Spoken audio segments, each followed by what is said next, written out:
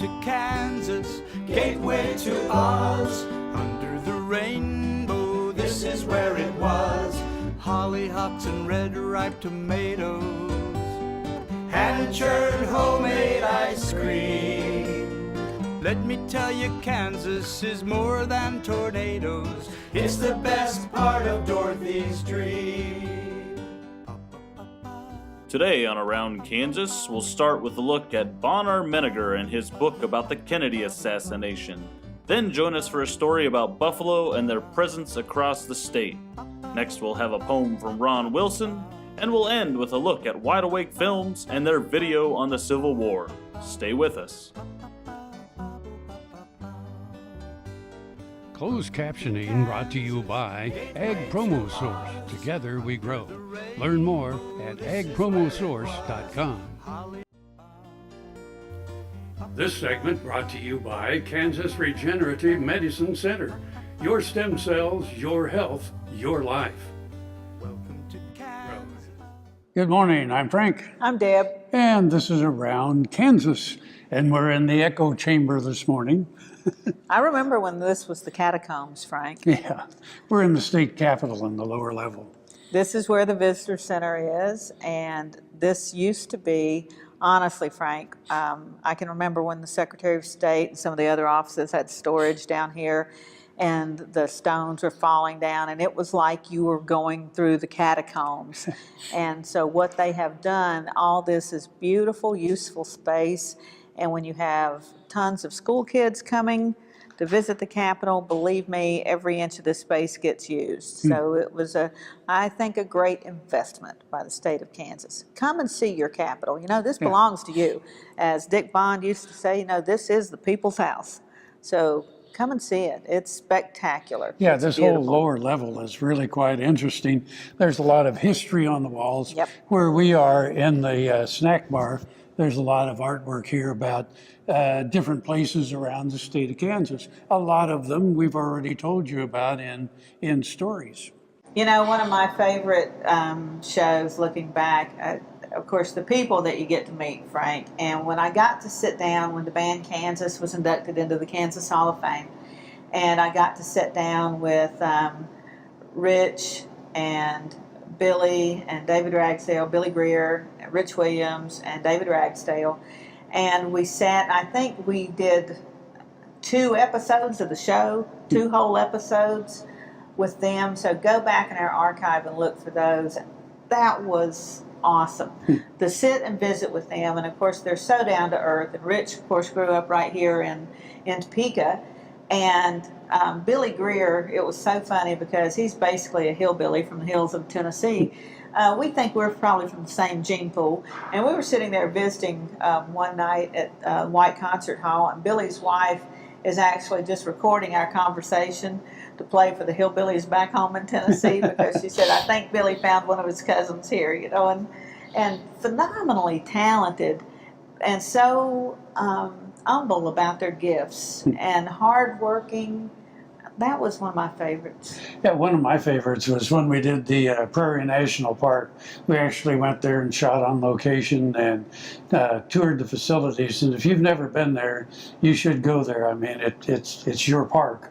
And I mean, in the immediate area, when you go in, there's a lot of stuff to see. But if you want to take the family and camp out there and all of that, you get over into the park itself, and then suddenly you're in essentially the prairie part of Kansas the way it was. I mean, they don't mow it and all of that. I mean, it's the way it was. No fences, no billboards, no. It's a beautiful, beautiful place, and an interesting place to go see too. There's just no end to the interesting places. Beautiful places. We love bringing those places, the people. We love bringing that to you every week, and we're thrilled to share some of our favorites with you today. Stay with us.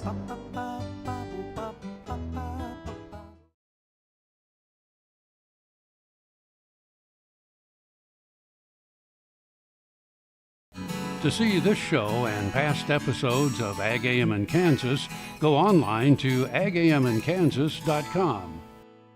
Hi, I'm Kim Mandering with Hardy Insurance. I'm here to help you with all of your farm and ranch needs. When it comes to protecting your operation and your family, you need a name you can trust at a price you can afford. Call me today or visit hardyaviationins.com. Step into a storybook Christmas at Lecompton's Lane University, where hundreds of trees with thousands of ornaments bring back the magic and mystery of the season.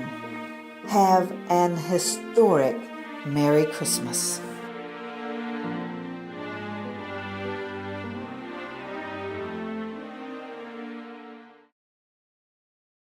Valley Vet Supply is devoted to providing information and professional quality products at reasonable prices. Valley Vet Supply. This segment brought to you by Kansas Regenerative Medicine Center. Your stem cells, your health, your life. It was one of America's darkest moments. 55 years ago this month, the young, popular, energetic president was shot and killed before thousands of witnesses. Millions have since seen the photographs and watched the videos from that sunny fall day. Even for those not alive at the time, the pictures are seared into the public memory.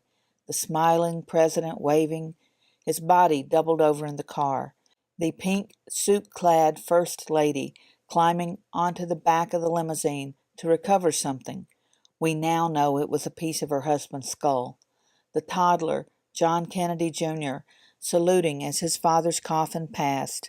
The somber vice president, sworn in hurriedly on the plane as the First Lady stood by in her blood-stained clothes. As soon as the news was announced, the theories and suppositions about who killed the president began circulating. Enter Topeka's own Bonar Menninger, author of And Hell Followed With It, Life and Death in a Kansas Tornado. His book on the Kennedy assassination, Mortal Error, The Shot That Killed JFK, represents the clearest, most plausible explanation yet about the events that day in Dallas, according to the publisher. Bonar wrote, "To those not yet born in the autumn of 1963, or too young to remember, it is difficult to convey the effect President Kennedy's assassination had on the nation and the world. It was a cataclysmic event, a tidal wave that roared out of Dallas across the wires and by word of mouth to every corner of the world, spreading gloom in its wake. The gist of Mortal Error is this. In 1967, a Baltimore man named Howard Donahue began investigating the assassination of President John F. Kennedy. Like countless Americans, Donahue was fascinated by the events in Dallas, but what separated him from other amateur sleuths and even the Warren Commission experts was a lifetime's experience with guns and ballistics. In Mortal Error, Bonar chronicles Donahue's 25-year investigation of President Kennedy's death and the stunning revelation it led him to. The publisher said, in crisp, rapid-fire prose, Bonar relates one of the greatest true-life detective stories ever told. More important, he offers solutions to questions that have haunted America for years. The resulting conclusions offered by Mortal Error are more cover-up than conspiracy, more tragic than evil. Bonar's superb writing offers a riveting and very personal story of this cataclysmic event. The book was not without controversy. The Secret Service contacted the publisher, St. Martin's Press, before the work was published and attempted to discredit the theories, but failed to offer direct evidence doing so. A lawsuit ensued, though the decisions and settlements were not made public. Kudos, Bonar, for writing a caring, compassionate, compelling story, and for painstakingly bringing the details to light. Mortal Error leaves us with sympathy and sadness for those entrusted with protecting the president and the presidency. Fort Wallace was the fightingest fort in the West. Fossils, Indians, soldiers, scouts, wagons, trails, Pioneers, stories. Discover the story of Fort Wallace and the people who served here, the people who fought here, the people who settled here. Wallace County, where the past is present.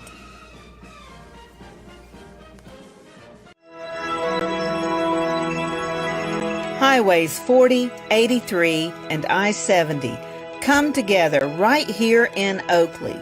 Roads that lead to businesses, to magnificent rock formations, to scenic vistas, to places where legends were made. Roads that lead us home. Discover Oakley, the gateway to western Kansas. Tarwater Farm and Home is a 40-year-old local family-owned business. Clothing for work and play, seeds and feeds, boots, toys for the kids, and tools you'll need for around the house and farm. And a service department to keep them in top running order. It's a big store, so take some time to see what they have for your farm and home. Tarwater's everyday pricing is like others' sale prices. When you need it, they've got it. Tarwater Farm and Home, 4107 North Topeka Boulevard. This segment brought to you by the Western Kansas Wildlife Travel Center in Oakley. The buffalo. Once these beasts roamed the Great Plains from horizon to horizon. If the Plains tribes attempted to count them, there is no record. There were enough, more than enough, to supply food, lodging, utensils, sport. When white trappers, soldiers, and freighters arrived, the numbers were staggering, but exactly how many is that, and what did it take to diminish those numbers? We are still guesstimating. Some have asserted that there were so many bison roaming the Great Plains, and their demise occurred over such a short time, that hunting could not have possibly wiped out that many animals. Historian Rod Beamer disagrees, and has the research to back up his findings. Zoologists say the plains could have supported 28 to 30 million buffalo. Some historians have said upwards of 60 million may have lived here. While we can never know for certain, the Army likes numbers, real numbers. So General Phil Sheridan put his observation skills to the test. Traveling from Fort Supply, now in Oklahoma, to Fort Dodge, he and his party observed a great herd extending 100 miles in width. They had no idea how long it was. They were estimating that it numbered in the billions of animals. More conservatively, they decided it was 250,000. The demand for buffalo hides created a hunting spree that continued through the mid-1800s and very nearly left the animal extinct. The hides had so many uses, but the greatest number went to industry. They were used as belts to run the great manufacturing machines then dominating America's Northeast. Buffalo also fed the railroad workers, and this is where Bill Cody's hunting skills provided him with a handy living. Sheridan, on the other hand, was pushing for its slaughter, seeing it as an effective means of subduing the warring Plains tribes. One observer remarked, "It is estimated that there are, south of the Arkansas and west of Wichita, from 1 to 2,000 men shooting buffalo for their hides alone. Among those men seeking their fortunes hunting buffalo were Old West legends Bat and Ed Masterson and Wyatt Earp." Rod said the Kansas Pacific line from Kansas City to Denver was completed in 1870. These rails cut right through the heart of the big Central Plains buffalo pasture. The Santa Fe reached the Kansas-Colorado line in 1873. This facilitated the movement of supplies and hides to and from the hunters working in the southern herd. Though Rod documents disease and other natural factors, it was, in fact, the hunting of the buffalo that resulted in their numbers tumbling from the millions to near extinction by 1900. Conservationists took up the cause, and the animals' numbers have increased steadily since that time, though they will never again approach the numbers that Plains tribes would have witnessed in the early 1800s.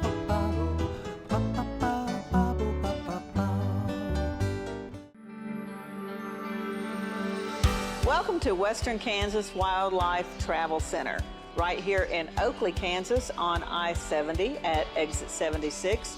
I-70, after all, is America's Main Street, and we're right here on Main Street for you.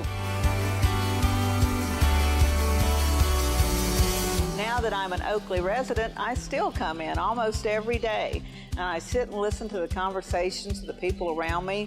You know, the guys who are talking about the big elk they just bagged, or the folks who are taking their kid to college for the first time. People just traveling up and down the highway. Real people, just like you and me.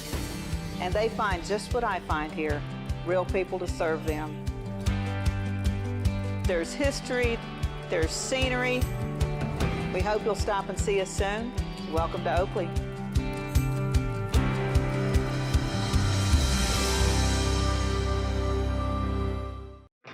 Next time you see a beautiful field of corn, reach out and thank the farmers who work tirelessly to raise corn for livestock feed, renewable fuels, and exports to feed a growing world population. The farmers on the Kansas Corn Commission work for Kansas Corn with grower-funded checkoff dollars that support foreign and domestic market development, research, promotion, and education to expand opportunities for Kansas farmers. To learn more, visit kscorn.com. I had this horse. It was a good horse, except for when the wind was blowing above 30 miles an hour. Wind was blowing about 35, 40, and I saddled him up, rode him out to the end of the lane, and I thought, well, he's doing pretty good. And about 6 jumps later, I was laying on the ground and thinking, boy, my shoulders sure hurt. I kept waiting, and it didn't get better, and so I went to orthopedic surgeon, and that showed that I had torn rotator cuff. And said, well, we'll have to do surgery. I farm and ranch by myself. This is not going to work out very well. I'd been sleeping in my recliner for about 2.5 years because it hurt too much to sleep in bed on my side. I'd heard about Kansas Regenerative Medicine Center on the radio. Gotten down there at 8 o'clock in the morning, and by 11:30 the procedure was all over. They just took some fat out of my side here and spun that down for about 45 minutes and then injected it in my shoulders, and I was on my way. It's something you don't hear about, but I thought it was worth a try, and I'm really pleased. It's really worked out well for me. This segment brought to you by Kansas Soybean Commission. Progress powered by Kansas farmers. Nowadays, farmers have modern tractors with all the technology and all the features. But the tractor that I grew up driving was an old Super H Farmall. This poem is entitled Revenge of the Farmall. My dad bought a tractor used way back in 1958. It was a Farmall Super H, which he thought was great. Yet it wasn't big or fancy, had no roll bar, cab, or radio, no 3-point hitch or power steering to turn it just so.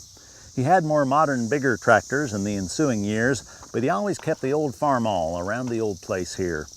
Decades later, when we moved back to the place, I drove the Farmall but felt it should be replaced. We went to the dealer and bought a brand new tractor with all the tools and features which you would think would be a factor. It had a front-end loader and a great hydraulic system with so many wonderful features that I had never missed them. When there was work to do, I'd pick the new tractor instead and leave the old Farmall parked out back in the shed. One wintry day, I had to take a load across the meadow.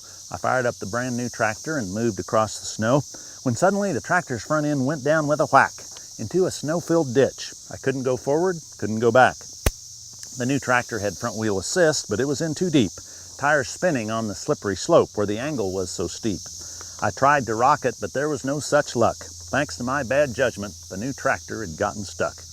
I considered my options. I trudged back with sinking heart and decided to see if that old ignored Farmall would even start. To my surprise, the engine caught with a growl and then a shout. We drove across the meadow and pulled that brand new tractor out. It must have been a funny sight to see this curious trip, like watching a Model T help out a new spaceship. Now things are back to normal. When there's a tractor to be used, I choose the brand new tractor because of all that it can do. But Dad was right, and just because his thinking was so sound, I'll embrace the new technology, but I'll keep the old Farmall around. Happy trail.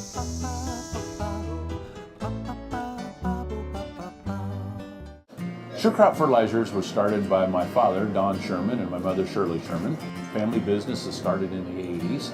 We predominantly focus on plant nutrients and what we can do to give growers better responses with the fertilizer dollars that they do, and what we can do to make those things work better for the grower. We're based out of Seneca, Kansas. We work with growers in their soil analysis to figure out what they need, and then we can put those in a blend that gives them the best results, and so that we can deliver that direct to their farm so that they have those nutrients where they need them, when they need them, and so that they can apply them in a manner that's very efficient to them and works well in their planting systems and what they're doing. Sure Crop Fertilizers has been around for a long time. We always say we're big enough to take care of everything you need, but yet we're small enough to do it quickly.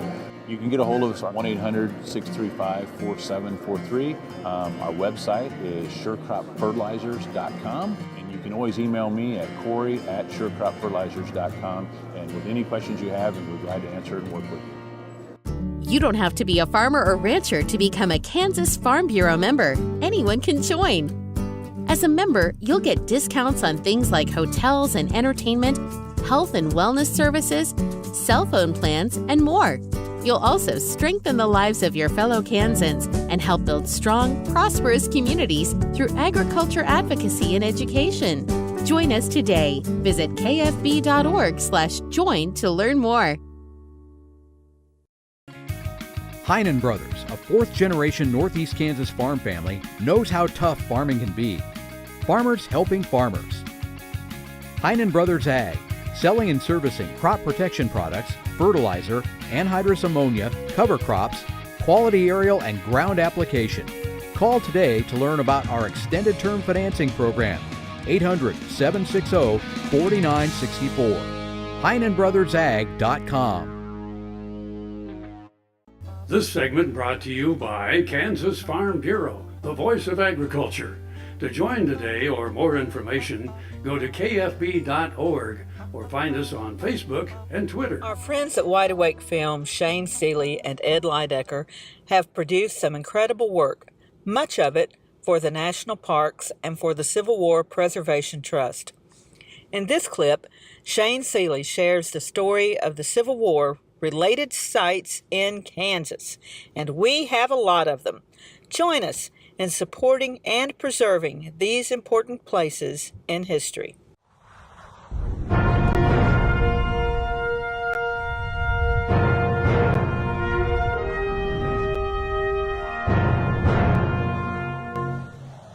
Most of us think of the American Civil War beginning in April 1861 at Fort Sumter, but there are some who will argue that the real war began many years earlier, right here in the great state of Kansas.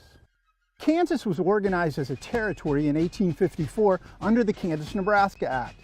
With this act, Congress was essentially passing the buck on whether these territories would enter the United States as a free or slave state. That decision would be made at the ballot box by the residents themselves.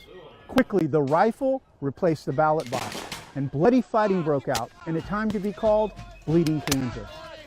Kansas ultimately joined the Union on January 29, 1861 as a free state, but by then, 5 southern states had left to join the Confederacy. Kansas contributed 20,000 to fight for the Union, 19 infantry regiments and 4 batteries. Kansas Yankees saw action at such battles as Wilson's Creek, Vicksburg, Chickamauga, Franklin, and Nashville. And another 1,000 fought for the Confederacy, fighting in Missouri.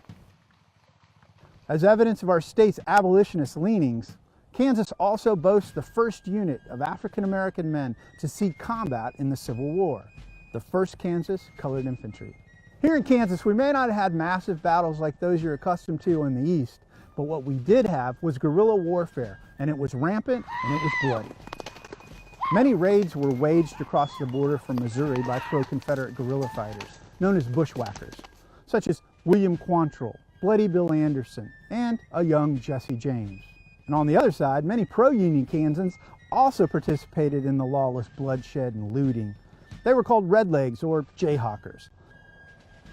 Kansas is probably best known for an infamous raid that took place just a month after the Great Battle at Gettysburg. In August 1863, concealed in blue uniforms, 400 Missouri guerrillas led by William Quantrill swooped into Lawrence, Kansas with a list of those to kill. 5 hours later, as Quantrill and his men fade into the brush and go across the border into Missouri, over 160 men and boys lay dead. The Lawrence Massacre, as the event came to be known, shocked the nation. One of the only Civil War battles to take place between uniformed troops in the state of Kansas took place right here at the Battle of Mine Creek in October 1864. If you visit Kansas today or catch a game on TV, you can still see the ancient border rivalry that helped spark the Civil War. If you see the Kansas Jayhawks or the Missouri Tigers playing on a collegiate field or court, you're seeing a game that we still call the Border War.